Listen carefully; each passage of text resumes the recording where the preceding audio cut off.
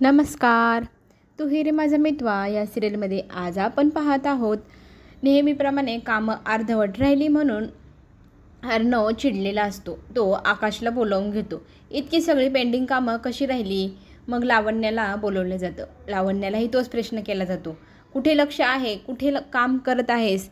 अगं, हे सगळं काही पेंडिंग आहे, तुमचं लक्ष कुठे होतं? आणि तिच्यावर चिडून तो म्हणतो, तुमच्या पर्सनल कामात जास्तच बिझी होतात वाटतं, इतके दिवस कामाकडे लक्ष दिलं नाही. लावण्याला फाडफाड तो बोलत असतो. आता लावण्य मात्र त्याचे शब्द सगळे ऐकून घेते आणि त्याला ती म्हणते, किती रूढ आहेस तू, कुणाच्याही मनाचा विचार करत नाही, किती स्वार्थीपणा आहे तुझ्या अंगात. आणि कुणाला काय दुःख वाटतंय, कुणाला काय वाटतंय, ह्या गोष्टीशी तुला कोणाशी काही घेणं देणं नाही. तू फक्त बोलतच सुटलाय. अरे ठीक आहे, मी तुझ्या मनापासून प्रेम केलं, खूप प्रेम केलं आणि असंच करत राहणार.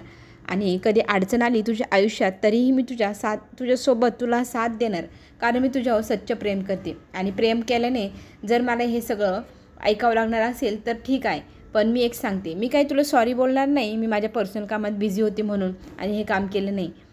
पण एक नक्की सांगते की मी तुझ्यासोबत कायम उभी राहील आणि तुझ्या प्रत्येक गोष्टीची बोलणी खाईल. पण तूही माझा विचार करायला हवा. मी तुझ्यावर खूप मनापासून प्रेम केलं आणि तू मला नकार दिला. ह्या गोष्टीने मला फार वाईट वाटतं, पण मी आयुष्यभर तुझी वाट पाहिल, तुझ्यासाठी कायम खंबीरपणे तुझ्यासाठीच उभी राहील. असं म्हणून ती तिथून रागारागाने निघून जाते. आणि ती किती प्रेम त्याच्यावर करते आणि करत राहील हे सांगितल्यानंतर अर्णव मात्र आता विचारात पडतो. तिने केलेली ॲक्टिंग ही तिला खूप आवडलेली असते. आता असंच तुला मी ब्लॅकमेल करत राहणार, आठवण करून देत राहणार की तू माझ्या आयुष्यात किती महत्त्वाचं आहे, या गोष्टीने तुला त्रास होत राहील याची मी नक्की काळजी घेत राहणार. इकडे ईश्वरी कपडे वाळत घालत असते. त्याच वेळेला तिथे राकेश येतो आणि तिच्याशी गोड गोड बोलू लागतो. त्यावेळेला ती म्हणते, काय झालं, तुम्ही तर ऑफिसला गेला होता, तू वापस कसे काय आले? त्यावेळेला तो म्हणतो, खरं तर तू तुझं दुःख कधी कोणाला सांगत नाही. तुझी नोकरी गेली, तुला दुःख वाटतंय आणि आपल्यासारख्या सामान्य माणसाला नोकरी म्हणजे किती महत्त्वाचा पॉईंट आहे हे मला माहिती आहे. आणि तू नोकरी मिळवल्याशिवाय तू राहणार नाही हेही मला माहिती आहे. पण तो माणूस खरंच खूप स्वार्थी होता, त्याच्याकडे तू काम केलं. मी तुला आता दुसरीकडे नोकरी शोधण्यासाठी मदत करणार आहे, तू माझी मदत स्वीकार. पण ती नाही म्हणत असते. पण तो म्हणतो, नाही, मी तुम्हाला नोकरी मिळवून देणार, मी एक ठिकाणी बोलून येतो आज तुमच्यासाठी. मग ती म्हणते, नाही, तुम्ही का बोलाल माझ्यासाठी, मीही तुमच्यासोबत येते. मग तो म्हणतो, ठीक आहे, आपण दुपारी सोबतच जाऊया. पण ती म्हणते, नाही, मी एकटी येईल तिथे. आता इकडे तिने तिच्या आयुष्याची नवीन सुरुवात करण्यासाठी गणूबाप्पाला प्रार्थना केली आहे की मला यश दे. दुसरीकडे मात्र अर्णव फारच विचारात असतो. त्याचा बसलेला असतो. आकाश त्याला बघतो, एकदम डीप विचार करतोय तो.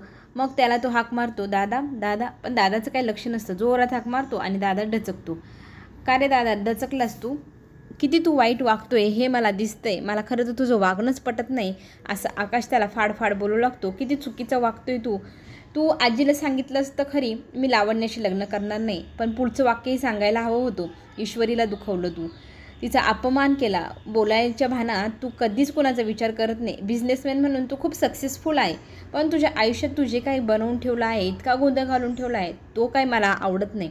आणि दादा, तू इथेच फेल झाला हे मी तुला स्पष्टच सांगतो. त्यावेळेला ही कोणती पद्धत बोलण्याची, असा रागावून तो बोलतो. त्यावेळेला म्हणतो, भाऊ, ह्या हक्काने सांगितलं मी, पण इथून पुढे नाही सांगणार हवं तर. असं म्हणून जात असताना अर्णव आकाशला थांबवतो आणि त्याला सांगतो, सॉरी, खरंच मी चुकलो. माझ्या आयुष्यात तू मला काय मी चुकीचं वागतो हे तू दाखवून दिलंस. मी नक्की विचार करेल आणि पुढे चांगलं करण्याचा प्रयत्न करेन. इकडे ईश्वरी आणि अर्णवमधले भांडणं दूर करण्याचा प्रयत्न करते. तिच्या परीने ती फोन लावते अर्णवला.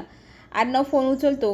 हिने का फोन केला, पण समोरून आईंचा आवाज ऐकून मग तो त्यांच्याशी बोलू लागतो. त्यावेळेला ती त्याला सांगत असते की मला तुला भेटायचं आहे, मला भेटायला येशील का? तो नकार देत असतो. त्या गोष्टीवरती म्हणते, तुमच्या दोघातली भांडणं तुमच्या दोघांमध्ये ठेवा, आपण आपलं नातं टिकवायला हवं की नाही? माझ्यासाठी, मी तुझ्या आईसारखी आहे, माझ्यासाठी तरी येशील ना? मग थोडासा विचार करून तो होकार देतो आणि आई त्याला सांगते, मी तुझी वाट बघते, तू नक्की ये. आणि इकडे काय करावं आता, नक्कीच आई आमच्या दोघांच्या भांडणांबद्दलच बोलणार हे त्याला जाणवतं. दुसरीकडे राकेश ईश्वरीला घ्यायला येतो. आपल्याला जॉबला जायचं आहे, पण ती म्हणते, मी येणार होते, तुम्ही कशाला एवढं लांब परत आलात? तेव्हा तो म्हणतो, तुमच्यासाठीच. तुम्ही एकट्या कशा येणार, कसा पत्ता सापडणार, तुम्हाला मदत म्हणून आलो मी. आणि त्याची तो छाप सोडण्याचा प्रयत्न करतो. पण दोघीही म्हणतात, खरंच आम्ही आलो असतो, तुम्ही कशाला त्रास करून घेतला, स्वतःची कामं सोडून मागे आलात.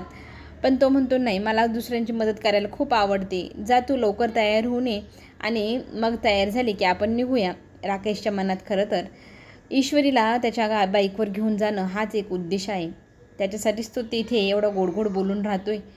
आणि ईश्वरी मग आल्यानंतर दोघेजणी निघतात. लवकर घरी या असाही निरोप आई ईश्वरी आणि राकेशला देते. थोड्याच वेळाने इतका उशीर झाला तरी अजून आले नाही म्हणून विचारत असतानाच अर्णव ईश्वरीच्या घरी येतो. त्याची आई त्याला बसायला सांगते. ईश्वरीची आई पाणी देते आणि इकडे तिकडे तो शोध घेत असताना त्याला ती पुन्हा एकदा सांगते की ईश्वरी घरी नाही, तिचे बाबा पण आले आहे, ते पण त्यांच्या मित्राला भेटायला गेले, थोड्या वेळात येतीलच, तोपर्यंत आपण गप्पा मारूया. मग ईश्वरीची आई अर्णवला सांगू लागते की माझी ईश्वरी भोळी आहे, साधी आहे, तिला कधी कुठे काय करावं काय बोलावं कधी कधी सुचत नाही, पण तिचं वाईट हेतू नसतो, ती दरवेळेला चांगल्या हेतूनेच कुणाचं चांगलं तरी करण्यासाठीच ती बोलते. या गोष्टीने गैरसमज होतात. गैरसमज झाले की तिचा जीव कासवीस होतो, ती नाराज होऊन जाते.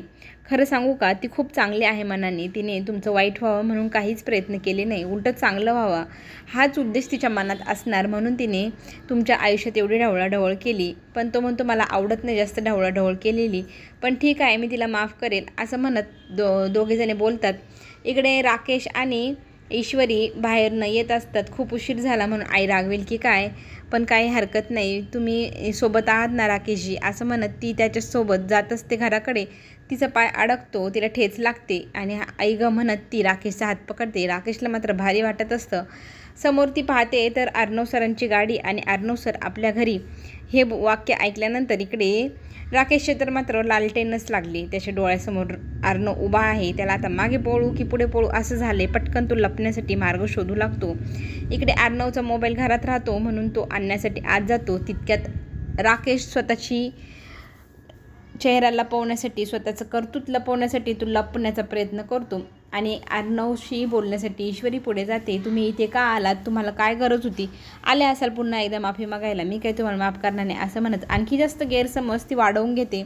आणि नेहमीप्रमाणे अर्णव चिडतो आणि तो तिला म्हणतो मला तुझ्याशी बोलण्यात काहीच इच्छा नाही, मग तुम्ही माझ्या घरी आलातच का असं म्हणत ईश्वरी त्याच्याशी वाद घालू लागते.